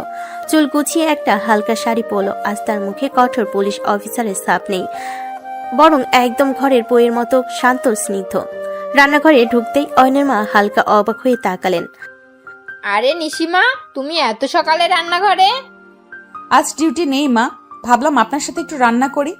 মায়ের চোখ ভরে গেল। এমন দৃশ্য তিনি খুব একটা দেখেন না। একদিকে কঠোর পুলিশ অফিসার, অন্যদিকে এতটা সহজ ঘরের মেয়ে। চুলাই ভাজা হচ্ছে পরোটা, পাশে ডাল ফুটছে। নিশি হাতা দিয়ে নেড়ে দিচ্ছে, মাঝে মাঝে মাকে জিজ্ঞেস করছে, মা লবণ ঠিক আছে তো? হ্যাঁ মা, ঠিক আছে। তুমি থাকলে ঘরটাই যেন আলাদা লাগে। কি হয়েছে মা, আজ ডিউটি নাই নাকি? এত সকাল সকাল তোমাকে ঘরে দেখছি। না মা, আজ অফিস নেই, একটু ছুটি নিয়েছি। ভালো করেছো মা, সারাদিন তো ঝামেলা সামলাও, মাঝে মাঝে নিজের জন্য সময় রাখতে হয়। নিশি মৃদু হাসলো, কিন্তু তার চোখে একবার সিঁড়ির দিকে চলে গেল। অয়ন কি জেগেছে? উপরের রুমে দরজাটা আধো খোলা। অয়ন দাঁড়িয়ে সব দেখছে। তার চোখে অদ্ভুত এক দৃষ্টি। গত রাতের ঝগড়া, মান, অভিমান, দায়িত্বের কথা সব মনে পড়ছে। সে নিচে নামবে কি নামবে না ভেবে কিছুক্ষণ দাঁড়িয়ে রইল। নিশি পরোটা প্লেটে তুলে টেবিলে রাখছে আর ভেতরে ভেতরে ভাবছে। মানুষটা মুখে যতই না মানুক, তবুও গত রাতে একা ছাড়েনি আমাকে। সকালের আলোয় এই ঘরটা যেন নতুন করে শুরু হওয়ার ইঙ্গিত দিচ্ছে। কিন্তু অয়ন কি বদলাবে? রান্নাঘরের কাজ শেষ হতে নিশি ধীরে ধীরে সব খাবার টেবিলে সাজাতে শুরু করলো। গরম গরম পরোটা, ডাল, সবজি, ডিম ভুনা সবকিছু এমন যত্ন করে সাজাচ্ছে যেন এ শুধু রান্না না, তার নিজের একটা প্রমাণ। আছে ইউনিফর্ম না, আছে শুধু এই বাড়ির বউ। কিন্তু তার ভিতরে কোথাও একটা ভয়। সে কি সত্যি এই বাড়ির বউ হতে পেরেছে? অয়ন ধীরে ধীরে সিঁড়ি বেয়ে নিচে নামলো। চোখে ঘুমের ছাপ, মুখে চিরচেনা গম্ভীর ভাব। নিশি একবার তাকালো, তারপর দ্রুত চোখ নামিয়ে নিল। সে প্লেটে পরোটা তুলে অয়নের সামনে রাখলো। গরম থাকতে খেয়ে নাও। অয়ন চুপচাপ বসে রইল, খেতে শুরু করলো, কিন্তু একবারও নিশির দিকে তাকালো না, একটা শব্দ বলল না। এই নীরবতা নিশির বুকের ভেতর কেমন যেন ব্যথা হয়ে বিঁধল। নিশি মনে মনে বলল, তুমি কেন আমাকে পছন্দ করো না অয়ন? আমি কি করেছি? আমি কি খুব খারাপ, নাকি আমার শক্ত স্বভাবটাই তোমার অপছন্দ? তার চোখে এক মুহূর্তের জন্য জল এসে ভিড় করলো, কিন্তু সে দ্রুত নিজেকে সামলে নিল। পুলিশ অফিসার নিশি কাঁদে না, কিন্তু এই বাড়ির বউ নিশি মাঝে মাঝে খুব একা হয়ে যায়। অয়নের বাবা প্রথমে খেয়ে বলেন, বাহ মা, আজ তো দারুণ হয়েছে রান্না, অনেকদিন পরে এরকম স্বাদ পেলাম। আমি তো বলেছিলাম আমাদের বৌমা শুধু বাইরে না, ঘরেও পারদর্শী। নিশি হালকা হাসলো, কিন্তু তার চোখ বারবার অয়নের দিকে যাচ্ছে। অয়ন চুপচাপ খাচ্ছে, মুখে কোনো প্রশংসা নেই, কোনো অভিযোগও নেই, শুধু নীরবতা। এই নীরবতায় যেন হাজারটা কথার চেয়েও বেশি কষ্ট দিচ্ছে নিশিকে। একবার যদি বলতা ভালো হয়েছে, একবার যদি শুধু স্বাভাবিকভাবে কথা বলতে। টেবিলে সবাই হাসছে, কথা বলছে, শুধু দুজন মানুষ আলাদা একটা দূরত্বে বসে আছে। একটা অদৃশ্য দেওয়াল তাদের মাঝখানে দাঁড়িয়ে। সকালের এই শান্ত পরিবেশের ভেতরে মান অভিমান, অপ্রকাশিত ভালোবাসা আর না বলা কথার ভার জমে রইল। খাওয়া শেষ হতেই সবাই যে যার মতো উঠে গেল। টেবিল গুছিয়ে রান্নাঘর রেখে নিশি ধীরে ধীরে নিজের রুমের দিকে এগিয়ে গেল। দরজা আধা খোলা। ভেতরে অয়ন বিছানায় হেলান দিয়ে ফোন স্ক্রল করছে, মুখে সেই চিরচেনা নিলিপ্ত ভাব, যেন এই ঘরে তার সাথে আর কেউ থাকে না। নিশি দরজার সামনে কয়েক সেকেন্ড দাঁড়িয়ে রইল, তারপর ভেতরে ঢুকে দরজাটা ভেতর থেকে বন্ধ করে দিল। তোমার সাথে কথা আছে আমার। কথা বলতে চাই না। এই অবহেলা যেন নিশি ধৈর্যের শেষ সীমায় আগুন ধরিয়ে দিল। সে দ্রুত এগিয়ে এসে অয়নের সামনে দাঁড়ালো। আমাকে রাগাবে না অয়ন, একদম না। অয়ন এবার চোখ তুলে তাকালো, চোখে বিরক্তি, ঠোঁটে ঠান্ডা হাসি। নিশি একটু ঝুঁকে কণ্ঠ নিচু করে কিন্তু দৃঢ়ভাবে বলল, আমার প্রতি যদি তোমার কোনো অনুভূতি না থাকে তাহলে কাল রাতে কেন আমার পেছনে গেলে? কেন থানার বাইরে দাঁড়িয়েছিলে? কেন একা ছাড়তে পারলে না আমাকে? এত বেশি ভাবার কিছু নেই, বলেছি তো, সব দায়িত্ব। ভালোবাসা ছাড়াই দায়িত্ব চাই না আমি। দায়িত্ব দেখিয়ে আমাকে ছোট করো না। ভালোবাসো না সেটা বলো, কিন্তু এমন অভিনয় করো না। অয়ন উঠে দাঁড়ালো। দুজন এখন একদম মুখোমুখি। অয়ন চোখে কষ্ট লুকিয়ে কিন্তু কণ্ঠ শক্ত করে বলল, মুখোশধারী মানুষকে ভালোবাসতে চাই না আমি। কি আজে বাজে বলছো তুমি? আমি মুখোশধারী? হ্যাঁ, বাইরে আপনি একরকম, ঘরে এসে অন্য মানুষ। কখনো রাগ, কখনো জেদ, কখনো আদেশ। আমি বুঝি না কোনটা আসল আপনি। আমি দুটো আলাদা মানুষ না অয়ন। আমি শুধু আমার দায়িত্ব পালন করি, বাইরে দেশের জন্য আর ঘরে তোমার জন্য। যদি আমি এতই খারাপ তাহলে সরাসরি বলো, কিন্তু আমাকে মুখোশধারী বলার অধিকার তোমার নেই। ঘরের ভেতর নীরবতা নেমে এলো। দুজনের শ্বাসের শব্দ পর্যন্ত শোনা যাচ্ছে। ঘরের ভেতর বাতাস যেন থমকে আছে। দুজন মানুষ মুখোমুখি দাঁড়িয়ে, কিন্তু মাঝখানে জমে আছে অভিমান, ভুল বোঝাবুঝি আর না বলা অসংখ্য কথা। নিশি ধীরে ধীরে নিজেকে সামলে নিল। তার চোখের আগুনটা এবার ঠান্ডা হয়ে বরফের মতো শক্ত হয়ে গেল। কণ্ঠে আর চিৎকার নেই, শুধু এক ধরনের সিদ্ধান্তের দৃঢ়তা। ঠিক আছে, তুমি থাকো তোমার মতো, আমি আর কিছু বলবো না। অয়ন ভুরু কুচকে তাকিয়ে রইল। নিশি কিছুক্ষণ চুপ থেকে আবার বলল, কিন্তু একটা কথা মনে রেখো অয়ন, তুমি হয়তো আমার সম্পর্কে কোনো ভুল ধারণা পুষে রাখছো। হয়তো মনে করো আমি মুখোশ পরা মানুষ। হয়তো ভাবো আমি শুধু জোর করে সম্পর্ক টিকিয়ে রাখতে চাই। একদিন হয়তো তোমার সেই ভুল ভাঙবে। একদিন হয়তো বুঝবে আমি অভিনয় করি না, আমি যেমন বাইরে তেমনই ভেতরেও। কিন্তু সেদিন আমাকে পাবে না তুমি। কথাগুলো খুব জোরে বলা হয়নি, তবুও শব্দ লো যেন দেওয়ালে ধাক্কা খেয়ে ঘরের ভেতর প্রতিধ্বনিত তুলল। অয়ন ঠোঁট শক্ত করে হাসল। পেতেও চাই না আপনাকে। এক মুহূর্তে সবকিছু নিস্তব্ধ। নিশির বুকের ভেতরটা কেঁপে উঠল, কিন্তু সে মুখে কিছুই ফুটতে দিল না। ভালো, আমি আর নিজেকে জোর করে কারো জীবনে বসাতে চাই না। সে ধীরে ধীরে আলমারির দিকে এগিয়ে গেল। কোনো শব্দ নেই, কোনো কানে নেই, শুধু এক ধরনের অদ্ভুত নীরবতা। অয়ন দাঁড়িয়ে রইল, মুখে শক্ত ভাব, কিন্তু ভেতরে কোথাও একটা অস্বস্তি ধীরে ধীরে জায়গা করে নিচ্ছে। এই প্রথম নিশি জোর করলো না, এই প্রথম সে পিছিয়ে গেল। আর অয়ন বুঝতে পারল না এই দূরত্বটাই কি তার চাওয়া ছিল, নাকি সে অজান্তেই এমন কিছু হারাতে বসেছে যার মূল্য এখনো বোঝেনি। ঘরের জানালা দিয়ে হালকা বাতাস ঢুকছে, কিন্তু দুজনের মাঝখানে দেওয়ালটা যেন আরো উঁচু হয়ে গেল। রুমের ভেতরটা তখন ভারী নীরবতায় ঢেকে গেছে। জানালার ফাঁক দিয়ে দুপুরের আলো ঢুকে নিশির মুখে পড়ছে, কিন্তু সে আলোতেও তার চোখের ভেতরের ঝড় লুকানো যাচ্ছে না। আলমারির দরজা খুলে সে একের পর এক ড্রেস বের করতে লাগলো, বিছানার উপর ছুঁড়ে দিল। তারপর ধীরে ধীরে ব্যাগ খুলে গোছাতে শুরু করলো। তার হাত কাঁপছে, কিন্তু মুখ শক্ত। অয়ন বিছানায় হেলান দিয়ে বসেছিল, ফোন হাতে, কিন্তু চোখ ছিল নিশির দিকেই। অয়ন ভুরু কুচকে বলল, ব্যাগ গুছাচ্ছেন কেন? নিশি থামলো না, কাপড় ভাঁজ করতে থাকলো। শান্ত কিন্তু কাপা গলায় বলল, বাবার বাড়ি যাব। হঠাৎ? জীবনে যা পরিবর্তন ঘটে তা তো হঠাৎই ঘটে অয়ন। আগাম নোটিশ দিয়ে আসে না কিছুই। আপনি কি সবাইকে বোঝাতে চান আমি আপনার সাথে খারাপ ব্যবহার করি? ভয় নাই, আমার বাড়িতে কিছু বলবো না। তোমার সম্মান আমার কাছে এখনো আছে। এই কথাটা অয়নের বুকের ভেতর কোথাও গিয়ে লাগলো, কিন্তু মুখে সেটা প্রকাশ পেল না। নিশি ব্যাগ তুলে নিল, দরজার দিকে হাঁটতে হাঁটতে একবারও পেছনে তাকালো না। সিঁড়ি দিয়ে নিচে নামতেই অয়নের মা অবাক হয়ে তাকালেন। কই যাও মা, হাতে ব্যাগ কেন? মা, আজ বাড়িতে যেতে ইচ্ছে করছে। কতদিন মা বাবাকে দেখি না। একটু গিয়ে দেখে আসি, যাওয়ার অনুমতি দিন। অয়নের মা এগিয়ে এসে তার মাথায় হাত রাখলেন। মেয়েটা বড্ড ভালো, তিনি জানে, তাই তো ছেলের বউ করে এনেছিলেন। হঠাৎ এমন ইচ্ছে হলো নাকি? কখনো কখনো মন খুব টানে মা, নিজের ঘরের জন্য। ওই সময় অয়নও নিচে নেমে এলো। দুজনের চোখ এক মুহূর্তের জন্য মিলল, কিন্তু সেখানে ভালোবাসার বদলে অভিমান জমে আছে। অয়নের মা বললেন, অয়ন, তুই কি নিয়ে যাবি নিশিকে? যেতে চাইলে যাক, ড্রাইভার দিয়ে পাঠিয়ে দিচ্ছি।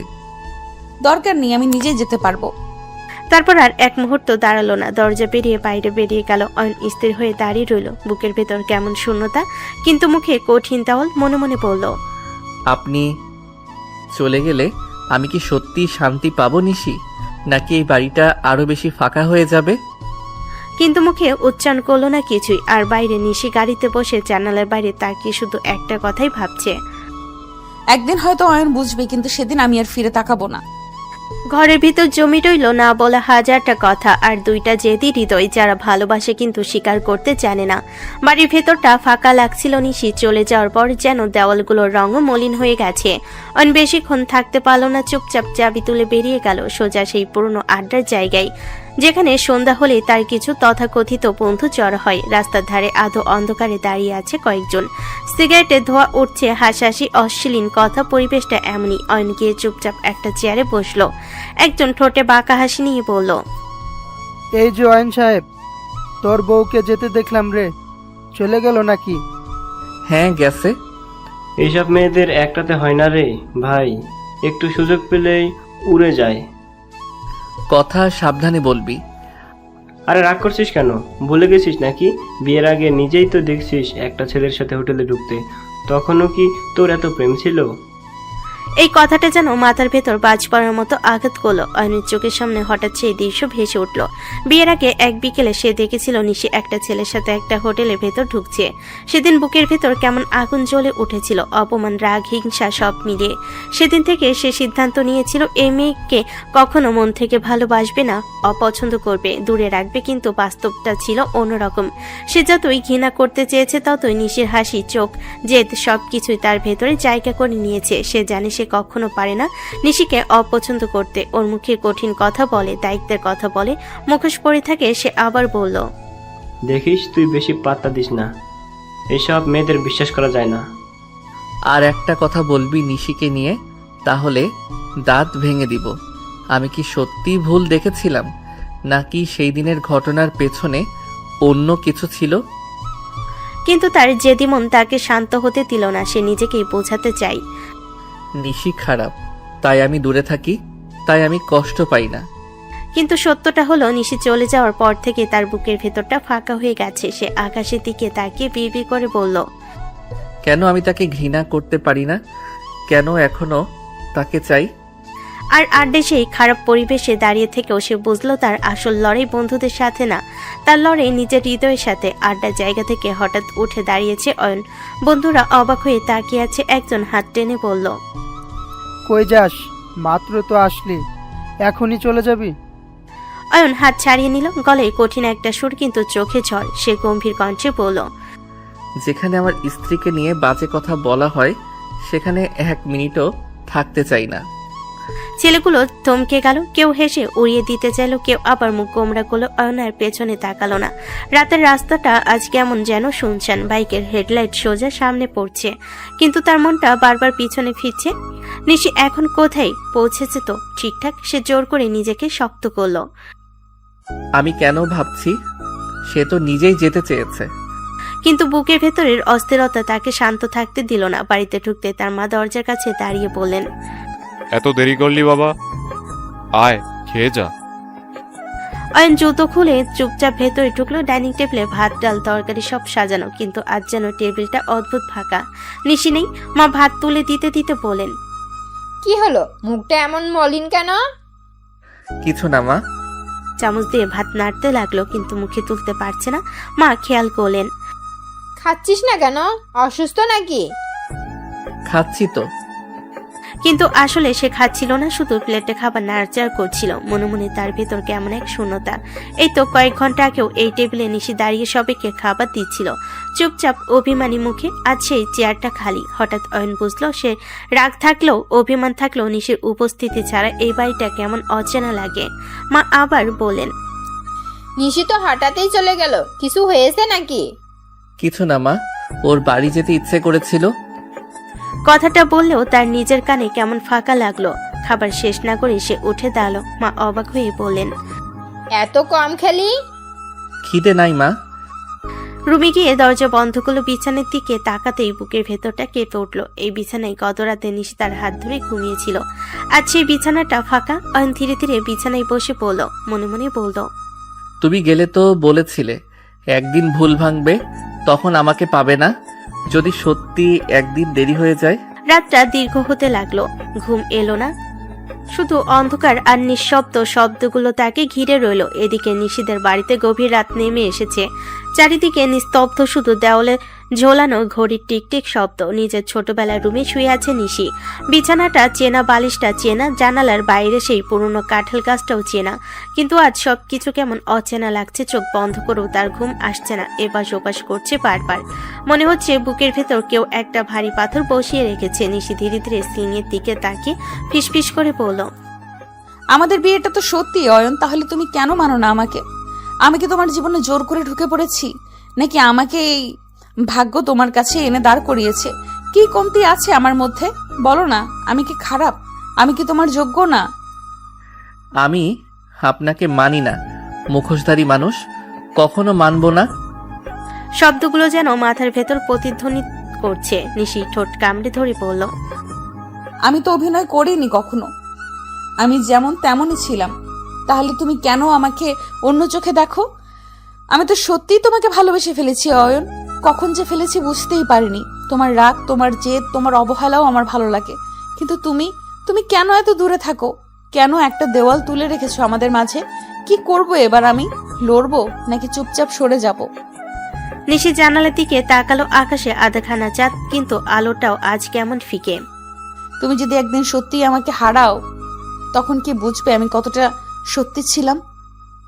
কথাগুলো বলতে বলতে তার গলা ভেঙে এলো। সে মুখ বালিশে গুজে কাঁদতে লাগলো, চুপচাপ নিঃশব্দে, যেন নিজের ভালোবাসাটাকেই প্রশ্ন করছে সে। রাতটা তার জন্য আরো লম্বা হয়ে উঠল। ঘুম এলো না, শুধু অশ্রু আর অপ্রকাশিত ভালোবাসার ভাই নিয়ে সে শুয়ে রইল। পরের দিন সকালটা যেন একদম অন্যরকম। রাতভর কানের চোখ দুটো ফুলে গেছে নিশির। তবু ভোরের আলো ফোটার আগে সে উঠে বসে। আয়নার সামনে দাঁড়িয়ে কিছুক্ষণ নিজের মুখের দিকে তাকিয়ে থাকে। চোখ লালচে, দাগ ক্লান্তি স্পষ্ট, কিন্তু সেই দৃঢ়তা এখনো অটুট। সে ধীরে ধীরে নিজের ইউনিফর্মটা বের করে পরে নেয়। কাঁধে ব্যাগটা লাগাতে লাগাতে মনে মনে বলে, ব্যক্তিগত কষ্ট নিজের জায়গায়, দায়িত্বের জায়গায় আলাদা। ঠিক তখনই ফোনটা বেজে ওঠে। থানা থেকে জরুরি কল। নিশি গম্ভীর কণ্ঠে বলে, জি স্যার, আমি রওনা হচ্ছি। ফোন কেটে সে দ্রুত ব্যাগ তুলে নেয়। নিচে নামতে রান্নাঘর থেকে তার মা ডাক দেয়, এই যে মা, না খেয়ে কোথায় যাস সকাল সকাল? মা, থানা থেকে জরুরি কল এসেছে, এখনই যেতে হবে। মুখ দেখে তো মনে হচ্ছে সারা রাত ঠিক মতো ঘুমাসি নাই, তার উপর না খেয়ে বের হবি। শরীর বলে তো কিছু আছে তো নাকি? সময় নাই মা, পরে কিছু খেয়ে নেব। চুপ করে বস, বড় অফিসার হয়েছিস বলে কি মায়ের কথা শুনবি না? মায়ের কণ্ঠে আদেশের সাথে মমতাও মিশে আছে। মা তাড়াতাড়ি ভাত আর ডিম ভাজি থেকে অল্প করে তুলে প্লেটে দেয়। নিজের হাতে তুলে খাইয়ে দিতে দিতে বলে, যতই বড় হ, আমার কাছে তুই সেই ছোট্ট নিশি। বাইরে কত ঝামেলা সামলাস, কিন্তু পেট খালি থাকলে কিছুই সামলাতে পারবি না।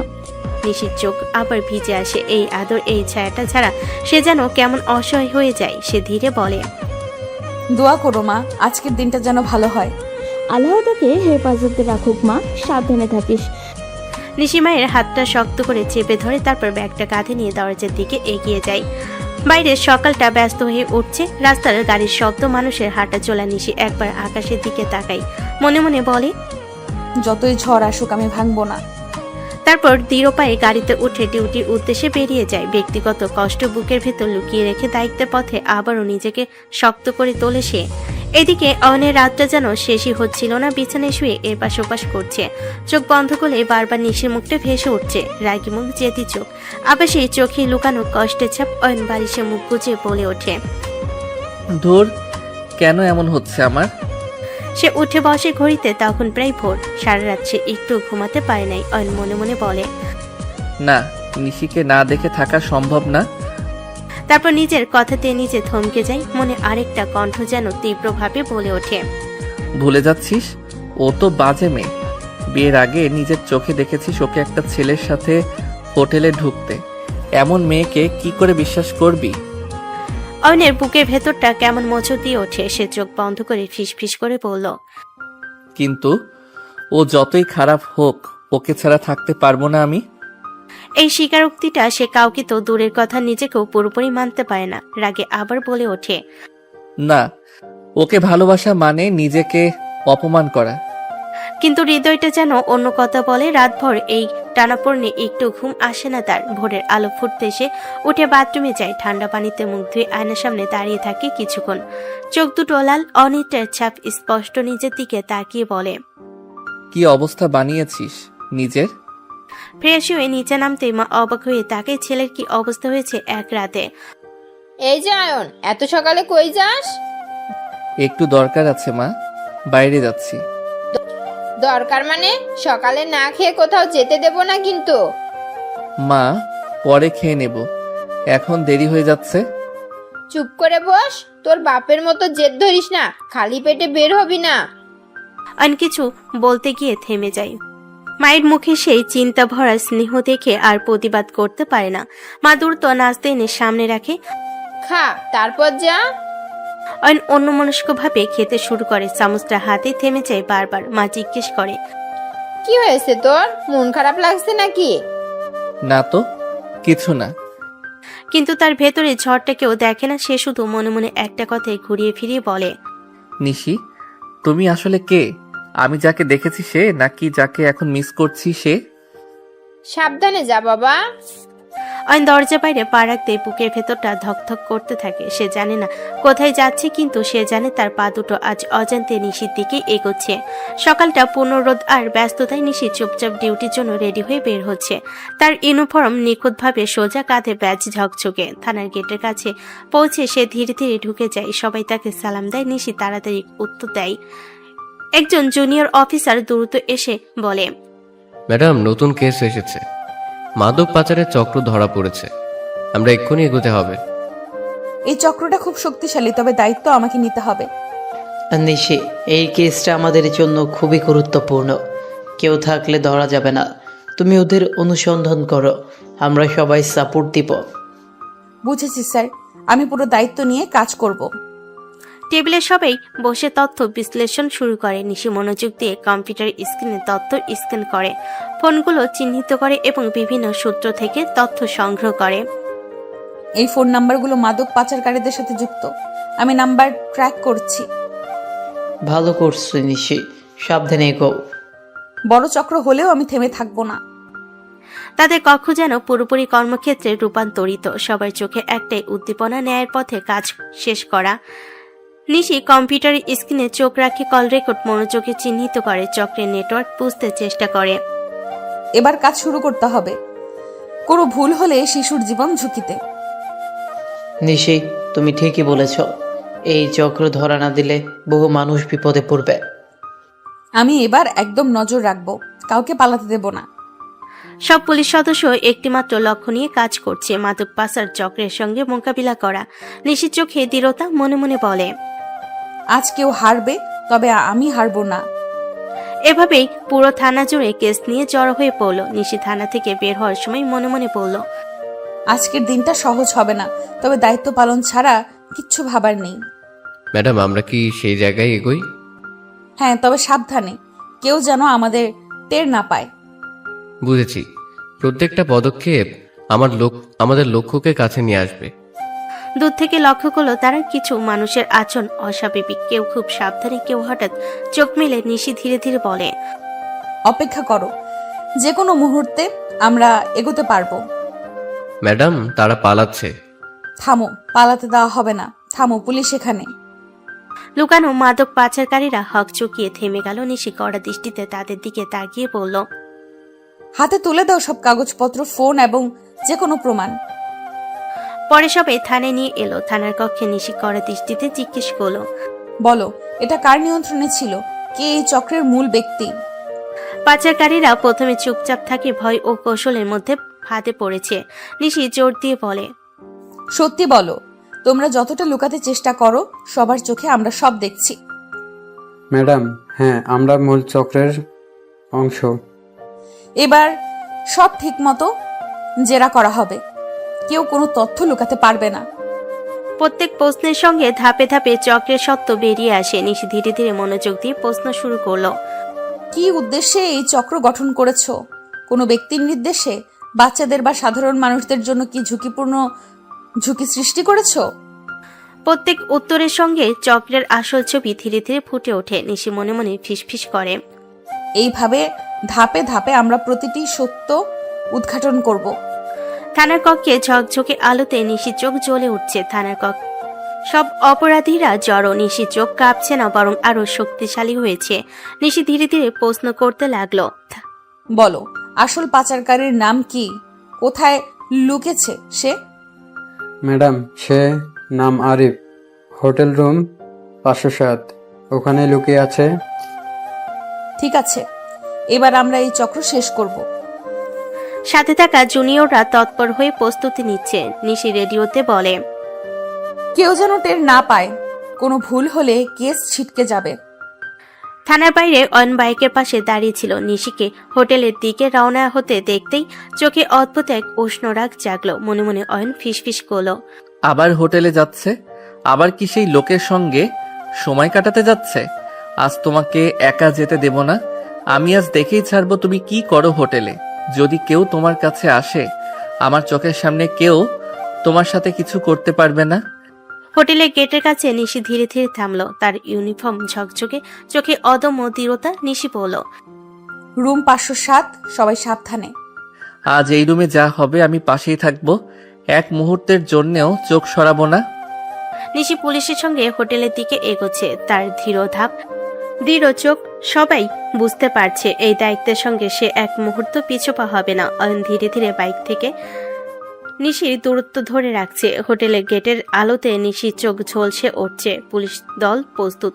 নিশি ভেতরে ঢুকতেই মুখে বলল, আজ এই কেস শেষ করব, আর কাউকে শিশু বা সাধারণ মানুষদের বিপদে ফেলার সুযোগ নেই। হোটেলের করিডোরটা অদ্ভুত চুপচাপ। দেওয়ালের আলো মিলান চারপাশে এক ধরনের টান টান উত্তেজনা। নিশি হাত তুলে ইশারা করলো, তোমরা সবাই বাইরে থাকবে, কেউ ভেতরে আসবে না যতক্ষণ না আমি সিগন্যাল দিচ্ছি। ম্যাডাম, একা ঢোকা রিস্কি হবে। আমি বলেছি বাইরে থাকবে, ও পালাতে পারবে না। দরজার সামনে দাঁড়িয়ে গভীর নিঃশ্বাস নিল সে। এদিকে করিডোরে মোড় ঘেঁষে অয়ন দাঁড়িয়ে আছে। নিশিকে একা রুমের ভেতর ঢুকতে দেখে তার বুকের ভেতর আগুন জ্বলে উঠল। মনে মনে বলতে লাগলো, এত বড় ধোঁকা আমাকে! আবার হোটেলের রুম, আবার অন্য পুরুষের সাথে সময় কাটাবে? না, আমি হতে দেব না এটা। রাগে ফুঁসতে ফুঁসতে সে দরজার দিকে এগিয়ে এলো। ভেতরে নিশি দরজা বন্ধ করতে দেখলো সোফায় হেলান দিয়ে বসে আছে আরিফ, হাতে ফোন, মুখে হালকা হাসি। আরিফ ধীরে বলে উঠল, ও পুলিশ অফিসার নিজে এসেছেন? মিস্টার আরিফ, পালানোর কোনো পথ নেই, স্যারেন্ডার করুন, আপনার চক্র শেষ। এত আত্মবিশ্বাস ভালো না ম্যাডাম। লজ্জা করে না আপনার? আমার বউ হয়ে অন্য পুরুষের সাথে হোটেলে সময় কাটাতে এসেছেন? অয়ন, তুমি এখানে কেন এসেছি? নিজের চোখে দেখতে। কত ভালোবাসা দেখাচ্ছেন প্রেমিককে। ফালতু কথা বাদ দিয়ে এখান থেকে বের হও, এটা অফিসিয়াল কাজ। অফিসিয়াল? হোটেলের বন্ধ রুমে একা? বাহ, প্রেমিক এখন এত ভালো লাগছে, আর আমি ভালো লাগি না, তাই তো? আরিফ পরিস্থিতি বুঝে চুপচাপ সব দেখছে। নিশির ভেতরে রাগ এবার বিস্ফোরিত হলো। অয়ন, একটাও বাজে কথা বলবে না। তুমি জানো না এই মানুষটা কে? আমি সব জানি। বিয়ের আগেও দেখেছি আপনাকে হোটেলে ঢুকতে, আজও একই জায়গা। কি বলছো তুমি? কিন্তু সেই মুহূর্তে আরিফ হঠাৎ উঠে দাঁড়ালো। পরিস্থিতি অন্যদিকে মন নিতে যাচ্ছে। নিশি বুঝতে পারছে একদিকে দায়িত্ব, অন্যদিকে স্বামীর ভুল ধারণা, আর মাঝখানে দাঁড়িয়ে আছে সত্য। ঘরটা যেন হঠাৎ আরো ভারী হয়ে উঠল। আরিফ ধীরে ধীরে পেছনে সরে যাচ্ছে। নিশির চোখ মুহূর্তেই বদলে গেল। কেউ নড়বে না। হোটেলের রুমটা যেন মুহূর্তে বারুদের গন্ধ ভরে উঠল। অয়নের চোখে রাগ, সন্দেহ, অপমান সব একসাথে জ্বলছে। সে তীব্র তাচ্ছিল্যে বলে উঠল, বাহ, খুব ভালো তো। এখন প্রেমিককে যেতেও বারণ করছেন, একদম একা রুমে দরজা বন্ধ করে। অয়ন, তুমি এক্ষুনি বের হও, পরে তোমার সাথে কথা বলবো, এটা অফিসিয়াল কাজ। একদম না, এখনই বলুন একটা হোটেলের রুমে এনার সাথে একা কি করছেন আপনি? ভুল বুঝছো তুমি অয়ন, একদম ভুল। না, আমি ঠিকই বুঝছি। আপনার চরিত্রটাই খারাপ। বাইরের সবার সামনে কঠিন অফিসার, আর ভেতরে।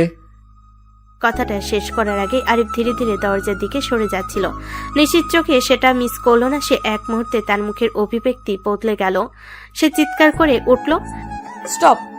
আরিফ হঠাৎ দৌড় দিতে গেল। ঠিক তখনই নিশির কোমর থেকে পিস্তল বের করে নিশানা করলো। একটা গুলির শব্দ পুরো রুম কাঁপিয়ে দিল। আরিফের পায়ে গুলি লাগলো। সে মেঝেতে লুটিয়ে পড়ে চিৎকার করতে লাগলো। নিশি কঠিন গলায় দরজার দিকে চিৎকার করলো, ভেতরে আসো, ওকে কাস্টাডিতে নাও। পুলিশরা দ্রুত ঢুকে আরিফকে ধরে ফেল। রুমের ভেতর এখন শুধু গুলির ধোঁয়া আর ভারী নিস্তব্ধতা। অয়ন স্থির হয়ে দাঁড়িয়ে আছে, তার চোখে বিস্ময়ে বড় হয়ে গেছে। সে যেন বিশ্বাসই করতে পারছে না এইমাত্র যাকে নিয়ে সে এত নোংরা কথা বলল, সেই নারী তার দায়িত্ব পালন করছিল। নিশি ধীরে ধীরে অয়নের দিকে ফিরল। চোখে রাগ নেই, আছে গভীর কষ্ট। আমার চরিত্র খারাপ, এই জন্যই এতদিন আমার সাথে এমন ব্যবহার করেছো, এই জন্যই আমাকে মানোনি। অয়ন কিছু বলতে পারছে না, তার ঠোঁট শুকিয়ে গেছে। নিশি ধীরে ধীরে বলল, তুমি যেদিন আমাকে হোটেলে ঢুকতে দেখেছিলে সেদিনও আমি একটা রেইডে ছিলাম, একজন পাচারকারীকে ধরতে। তুমি একবারও জিজ্ঞেস করনি সত্যিটা কি, শুধু নিজের মতো করে বিচার করে নিয়েছো। অয়ন নিচের দিকে তাকিয়ে আছে। নিশির কণ্ঠ আরো ভারী হয়ে উঠল, আমি ভাবতাম তুমি শুধু জেদি, কিন্তু তুমি আমাকে চরিত্রহীন ভেবেছো। এটাই তোমার আসল সমস্যা। আমি জানতাম না। জানার চেষ্টাও করনি। পুলিশরা আরিফকে নিয়ে বের হয়ে গেল। রুমে এখন শুধু দুজন মানুষ দাঁড়িয়ে আছে, একজন ভাঙ্গা বিশ্বাস নিয়ে, আরেকজন অবরোধ বোধে ডুবে। দূরে সাইরেনের শব্দ শোনা যাচ্ছে, আর অয়ন বুঝতে পারছে সে হয়তো নিজের হাতে নিজের সংসারটাই ভেঙে ফেলেছে। হোটেলের রুম থেকে বের হয়ে করিডোরে পা রাখতে নিশির বুকের ভেতরটা ভার হয়ে উঠল। সব শেষ হয়ে গেছে কেসের দিক থেকে, কিন্তু তার ব্যক্তিগত জীবনের যুদ্ধটা যেন আরো গভীর হয়ে দাঁড়িয়ে আছে। সে দ্রুত হাঁটতে শুরু করলো। চোখ দুটো শক্ত, ঠোঁট চেপে ধরা। পেছন থেকে অয়নের কাপা গলা ভেসে এলো, নিশি, দাঁড়ান প্লিজ। নিশি থামলো না। ঠিক তখনই অয়ন দৌড়ে এসে পিছন থেকে তাকে জড়িয়ে ধরল। তার হাত দুটো শক্ত হয়ে জড়িয়ে আছে নিশির কোমরে। প্লিজ আমাকে ক্ষমা করে দিন, আমি ভুল করেছি। নিশি স্থির হয়ে গেল। কয়েক সেকেন্ড কিছু বলল না, তারপর খুব ধীরে বলল, আমি আগেই বলেছিলাম দূরে চলে গেলে আর কাছে আসবো না, মনে আছে? আমি জানতাম না সত্যিটা, আমি ভুল বুঝেছিলাম। এখন ছাড়ো আমাকে, এই নাটক আমি আর দেখতে চাই না। অয়ন তাকে নিজের দিকে ঘুরিয়ে নিল। তার চোখ ভেজা অপরাধ বোধে ডুবে আছে। হঠাৎ সে নিশির কপালে ঠোঁট ছুঁয়ে ফিসফিস করে বলল, সরি সোনা, আমি বুঝতে পারিনি। কি করব বলো? আমার বন্ধুরা দেখিয়েছিল তোমাকে হোটেলে ঢুকতে, তখন তো আমাদের বিয়েও হয়নি। আমি সেদিন থেকেই ভুল বুঝে বসে আছি। মনে হয়েছিল তুমি অন্য কারোর সাথে, আর বিয়ের পর যখন জানলাম সেই মেয়েটাই আমার বউ, তখন ভেতর থেকে রাগ হতে লাগলো। মনে হতো আমাকে ঠকানো হয়েছে। একবারও জানতে চাওনি আমি কেন গিয়েছিলাম সেখানে? না, আমি শুধু রাগ করেছি, অহংকার করেছি, তোমাকে দূরে ঠেলেছি। কিন্তু যতই বলেছি তোমাকে মানি না, ততই বুঝেছি তোমাকে ছাড়া থাকতে পারি না। আমি যখন তোমাকে আজ গুলি করতে দেখলাম, বুঝলাম তুমি কতটা সাহসী, কতটা সৎ। আর আমি তোমাকে চরিত্রহীন বলেছি। আমাকে একবার সুযোগ দাও নিশি, আমি সব ঠিক করতে চাই। করিডোরের আলো দুজনের উপর পড়ছে। নিশি কিছুক্ষণ চুপ করে তাকিয়ে রইল অয়নের দিকে। তার কণ্ঠ ধীরে কিন্তু গভীর। বিশ্বাস একবার ভাঙলে জোড়া লাগে, কিন্তু দাগ থেকে যায় অয়ন। আমি সেই দাগ সারা জীবন মেনে নেব, শুধু তুমি পাশে থেকো। ভালোবাসা শুধু কথা না অয়ন, বিশ্বাস লাগে, আর তুমি সেই বিশ্বাসটাকে মেরে ফেলেছো। আমি প্রমাণ করব, যতদিন লাগে করব। সময় বলবে তুমি সত্যিই বদলেছো কিনা। তারপর সে সিঁড়ির দিকে হাঁটা দিল। অয়ন দাঁড়িয়ে রইল। এই প্রথমবার সে বুঝলো ভালোবাসা জোর করে পাওয়া যায় না। ভুল বুঝে দূরে ঠেলে দিলে একসময় সত্যি দূরে চলে যায় মানুষটা। অয়ন সত্যি হাল ছাড়া মানুষ ছিল না। সে ভুল বুঝেছিল, আঘাত দিয়েছিল, অপমান করেছিল, তবুও সে বুঝেছে তার সব রাগ সব অহংকারের নিচে শুধু একটা জিনিসই ছিল, ভয়। নিশিকে হারানোর ভয়। প্রতিদিন সে নিশির বাড়ির সামনে এসে দাঁড়াতো, কখনো ফুল নিয়ে, কখনো চকলেট নিয়ে, কখনো শুধু খালি হাতে, কিন্তু ভরা মন নিয়ে। নিশির মা অবাক হয়ে তাকাতেন। আবার এসেছো বাবা? ভুল করেছি আন্টি, ঠিক না করে গেলে শান্তি পাবো না। কিন্তু নিশি সে দরজা বন্ধ করে দিত, কথা শুনতো না, ফোন ধরতো না, একটাও কথাও বলতো না। এইভাবে দিন কেটে গেল, সপ্তাহ, 2টা 3টা, পুরো মাস। অয়ন প্রতিদিনই এসেছে, কখনো বৃষ্টিতে ভিজে দাঁড়িয়ে থেকেছে, কখনো রোদে পড়েছে, তবু ফিরে যায়নি। আজও এসেছে। নিশি নিজের রুমে চুপচাপ বসেছিল, জানালার পর্দা হালকা দুলছে, বাতাসে এক অদ্ভুত নীরবতা। হঠাৎ দরজা আস্তে করে খুলল। অয়ন ভিতরে ঢুকলো। নিশি তাকালো না, শুধু ঠান্ডা গলায় বলল, কে অনুমতি দিছে ঢুকতে? অয়ন ধীরে ধীরে তার পেছনে গিয়ে দাঁড়ালো, তারপর হঠাৎ পিছন থেকে জড়িয়ে ধরল। অয়ন গলা ভারী করে বলল, আর কতদিন রাগ করে থাকবে সোনা? এবার তো বাড়ি চলো প্লিজ। নিশি চুপ, কোনো উত্তর নেই, কিন্তু সে আর সরে গেল না। অয়ন নিশির কাঁধে মুখ রেখে বলল, আমি সত্যি বদলে গেছি। প্রতিদিন তোমাকে ছাড়া ঘুমাতে পারি না, তুই না থাকলে ঘরটা ঘর লাগে না। নিশির চোখের কোণে জল চিকচিক করলো, কিন্তু সে মুখ ঘোরালো না। অয়ন সাহস করে সামনে এসে দাঁড়ালো, দুহাতে নিশির মুখটা আলতো করে ধরে বলল, একবার চোখে তাকাও, দেখো আমি মিথ্যা বলছি কিনা। নিশি ধীরে ধীরে তাকালো সেই চোখে, আর আগের আগুনে শুধু অভিমান। অয়ন ধীরে ঝুঁকে এসে তার ঠোঁটে ঠোঁট ছুঁয়ে দিল। প্রথমে খুব আস্তে, দ্বিধায় ভয়ে। নিশি বাধা দিল না, চোখ বন্ধ করে রইল। অয়ন একটু সাহস পেল, আস্তে করে তাকে কাছে টেনে নিয়ে আবার ঠোঁটে চুমু দিল। ঘরটা নিঃশব্দ, শুধু তাদের দুজনের দম নেওয়ার শব্দ। অয়ন ধীরে তাকে কোলে তুলে বিছানায় বসালো, তার কপালে চুমু দিয়ে বলল, আমি আর কখনো তোমাকে সন্দেহ করব না, তোমাকে ছাড়া আমি কিছুই না। অনেক কষ্ট দিয়েছ অয়ন। জানি, শাস্তি চাইলে শাস্তি দাও, কিন্তু দূরে যেও না। এক শর্তে ক্ষমা করব, যে কোনো শর্ত মানব। আর কখনো আমার চরিত্র নিয়ে প্রশ্ন করবে না। আমি শুধু তোমার আর তুমি শুধু আমার। কথা দিচ্ছি। নিশি এবার নিচে থেকে তার গালে একটা চুমু দিল। অয়ন অবাক হয়ে তাকিয়ে রইল। নিশির রাগ পুরোপুরি গলে গেছে, অভিমান করে ভালোবাসা হয়ে নেমে এসেছে। জানালার বাইরে হালকা বাতাস বইছে। 1 মাসের দূরত্ব আজ মুছে গেল এক মুহূর্তে। অয়ন নিশিকে বুকে জড়িয়ে ফিসফিস করে বলল, এবার চল বাড়ি মিসেস অয়ন। আর কোনো ভুল করলে কিন্তু এবার সত্যি ছেড়ে চলে যাব। এবার ভুল করব না, এবার শুধু ভালোবাসবো। অয়ন নিশির ঠোঁটে ঠোঁট কামড়ে কিস করতে লাগলো। নিশিও তার সাথে তাল মিলাতে শুরু করলো। আস্তে আস্তে ঘরে ভরে উঠল চাপা নিঃশ্বাসের শব্দে। একে অন্যের মাঝে ডুবতে শুরু করলো আস্তে আস্তে। রাগ দিয়ে শুরু হলো, ভালোবাসা দিয়ে শেষ হলো সবটা।